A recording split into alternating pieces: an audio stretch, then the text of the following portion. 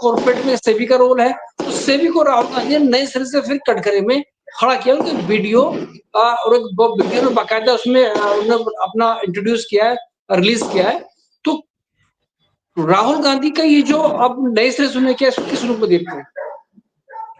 देखिए, राहुल गांधी जो कर रहे हैं अपोजिशन का रोल है एक डेमोक्रेसी में। जिन चीजों को लेकर हिंडनबर्ग रिपोर्ट में सवाल उठे और फिर उसके बाद सेबी का जो किरदार रहा उनकी मुखिया का, आप प्रोब पैनल के सामने नहीं जा रही हैं, कौन प्रोटेक्ट कर रहा है? क्यों नहीं जा रही? मतलब अभी तक हमने सुना नहीं है कि ये कोई ऐसा हिमाकत भी कोई कर सकता है, और ये फिर सिग्नल वही आता है कि कहीं ना कहीं से प्रोटेक्शन है। तो राहुल गांधी जो कर रहे हैं वो कुछ सवाल हैं, वो विपक्ष को खड़े करने चाहिए। कायदे से तो ये सवाल जिस तरीके से आगे आ रहे हैं, ये काम तो मीडिया का है, पर मीडिया तो इस समय आपको पता है वो तो मतलब एक भजन मंडली की तरह काम कर रहा है सरकार के लिए, जो मेन स्ट्रीम मीडिया है।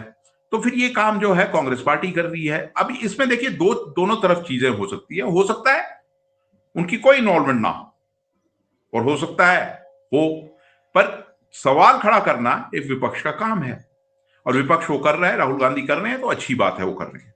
सवाल कहीं है राहुल, सवाल देखिए सेबी को लेकर है, वैसे है। अब आप मसलन देखिए इस समय इकोनॉमी की क्या हालत है। मीडिया में तो आपको एक बड़ी रोजी पिक्चर नजर आ रही है, पर आप जाके देखिए बाजार में और वैसे देखिए कि एम्प्लॉयमेंट की क्या हालत है, आपकी मैन्युफैक्चरिंग की क्या हालत है। तो ये एक झूठ जो परोसा जा रहा है मीडिया द्वारा, ये एक मीडिया का फेलियर है। और ये जो सवाल है, ये सवाल कायदे से तो मीडिया को करने चाहिए थे, सेबी को लेकर या उनकी अध्यक्ष को लेकर या पूरे रोल को लेकर और तमाम चीजों को लेकर। और सरकार की ड्यूटी बनती है कि उसमें क्लैरिटी से आगे आए। तो क्लैरिटी कब आएगी, सरकार कब अपना पक्ष क्लियरली देगी, वो एक चीज है। सेबी का रोल हम देख चुके हैं क्या रहा है। अब हिंडनबर्ग रिपोर्ट में कुछ एलिगेशंस आते हैं, और उस एलिगेशंस को प्रूव कौन करता है? सेबी करता है।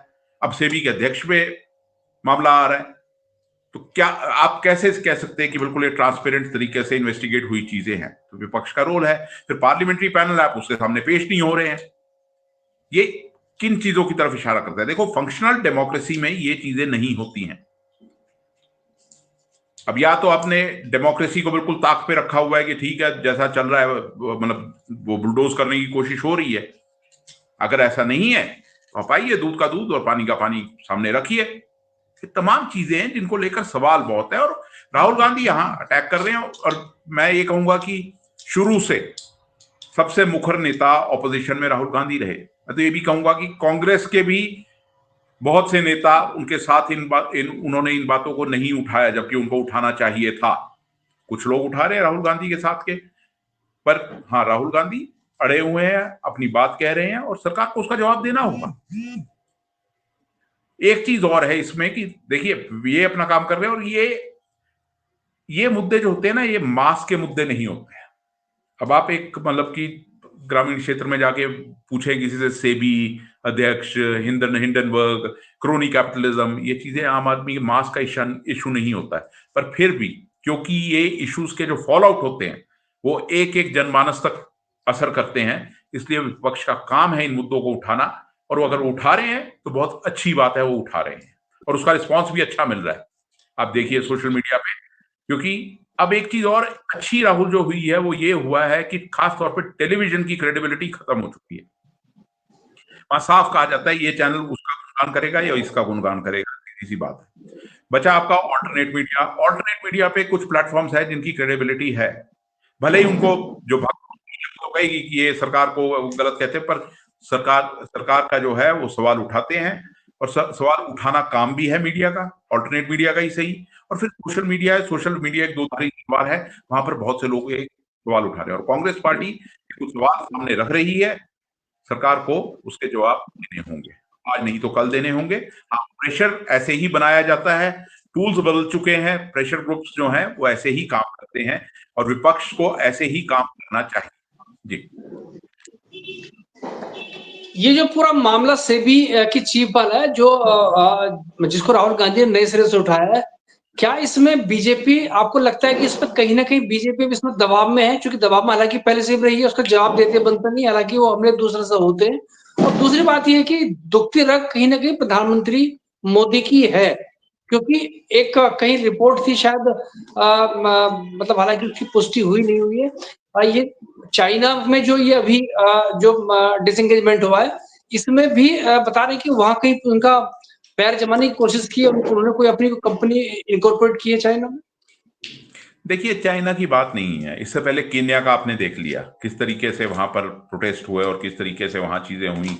उसके अलावा ऑस्ट्रेलिया में जिस तरीके से इसी ग्रुप के अगेंस्ट प्रोटेस्ट होते रहे हैं वहां को लेके, तो ये एलिगेशंस बहुत हैं। बात सिर्फ इतनी है कि एलिगेशंस हैं जिसको विपक्ष उठा रहा है, और विपक्ष कोई मतलब ऐसा तो है नहीं, कोई चलता फिरता आदमी तो है नहीं। विपक्ष की एक कॉन्स्टिट्यूशनल मतलब अथॉरिटी है विपक्ष को इन मुद्दों को उठाना। और फिर Rahul Gandhi as leader of opposition है इस समय लोकसभा में, तो उनका उठाना इन मुद्दों को सरकार को जवाब देना बनता है। और फिर विपक्ष जब पॉइंट कर रहा है, चाहे वो प्रधानमंत्री की तरफ कर रहा है किसी और की तरफ कर रहा है, तो सरकार को फिर इसमें जवाब देकर अपनी जवाबदेही मतलब देनी होगी, और उसके बाद फिर चीजें आगे तभी बढ़ सकती हैं। हाँ, शक के दायरे में अगर ऑपोजिशन कटघरे में खड़ा कर रही है प्रधानमंत्री मोदी को भी, तो प्रधानमंत्री मोदी को भी अपनी वो सफाई देनी होगी इन चीजों पर। इन चीजों पे ट्रांसपेरेंसी जो है वो बहुत जरूरी है, उसके बगैर कुछ बात आगे बढ़ती नजर नहीं आती। और विपक्ष, हाँ, अपना काम है विपक्ष का, वो उठाएगा, वो कटघरे में खड़ा कर सकता है। अगर आप बिल्कुल क्लीन है उसमें, तो फिर आपको उसका हो लेने दीजिए, जो भी सत्य है वो बाहर आने दीजिए। पर अभी तो हालात ये है ना कि वो पेश भी नहीं हुई पैनल के सामने, पार्लियामेंट्री पैनल के सामने, तो वो अपने आप में फिर और सवाल खड़े कर देता है कि ऐसा क्यों है।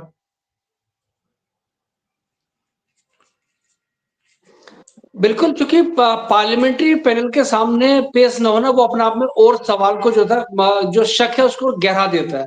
आपने कहा कि जाँच ढंग से हो जाए, निष्पक्ष हो जाए, उसके बाद दूध का दूध पानी, ज़रूरी नहीं है कि अडानी के इसमें संलिप्तता भी हो सकता है कि शायद वो ना रही हो, और सत्ता हमेशा जो उद्योगपति है उसका फ़ायदा वो लेते हैं। लेकिन इस पूरे मामले में कुल मिलाकर ये है कि मोदी कहीं न कहीं, मोदी को लेके बीजेपी डिफेंसिव है। देखिए, वो डिफेंसिव है, तो डिफेंसिव को, उस पोजीशन को आप कैसे इंप्रूव कर सकते हैं? एक ही तरीका है कि दूध का दूध का पानी होने दीजिए आप। अदरवाइज आप और डिफेंसिव होते चले जाएंगे। देखिए, अब ये दिवाली का समय है, दिवाली के बाद जहां चुनाव की जो है कैंपेन जोर पकड़ेगी, ये सवाल और ऊंचे होते चले जाएंगे और इको करने लग जाएंगे। हो सकता है कुछ और खुलासे सामने आते चले जाएं जो अनफॉर्चुनेटली मीडिया कवर नहीं कर रहा। पर फिर जब जैसे जैसे बीजेपी और डिफेंसिव होती चली जाएगी, और फिर हाँ, वो एक माहिर है वो पार्टी मुद्दों से ध्यान भटकाने में, वो एक अलग चीज है।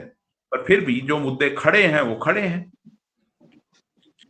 क्रोनी कैपिटलिज्म का जो इल्जाम लग रहा है सरकार पर, किसी समय कांग्रेस पे लगता था और कांग्रेस ने उसका वो भुगता है, उसका अंजाम जो है। तो क्रोनी कैपिटलिज्म यहां तो आप डिफेंड ही नहीं कर पा रहे ना, दे रहे चुप्पी साधने के अलावा, और सिर्फ ये कि आप मतलब सिरे से उसको नेगेट कर दें। सिरे से नेगेशन नहीं होता, आपको तथ्यों के हिसाब से उन चीजों को सब्सटैंशिएट करना होता है, नेगेट कर रहे हैं। तो क्या ऐसा हुआ है?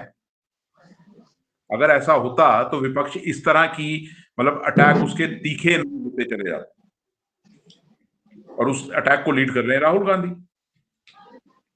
तो इससे पहले राहुल बिल्कुल। गांधी मतलब लीड कर रहे हैं, तो विपक्ष भी साथ है। लोग जो है, खासतौर पे जो पॉलिटिकली अवेयर लोग हैं, उनके मन में भी बहुत सवाल है, उन सवालों का जवाब चाहते हैं। इस क्रोनी कैपिटलिज्म का आम जनमानस को क्या फायदा हुआ है, ये बताइए आप। किसान कानून, उसको लेकर बहुत से सवाल थे कि वहां भी कुछ कैपिटलिस्ट ग्रुप्स को फायदा देने की बात थी एग्रीकल्चर के क्षेत्र में। ये तमाम चीजें जो है लोगों में एक मतलब डाउट्स हैं। अब वो डाउट्स कब तक आप दबाए रखेंगे, सवाल वो है जी। बिल्कुल, thank you so much Rajiv. फिर दोबारा किसी मुद्दे पर मुलाकात होगी। Thank you. Okay, thank you.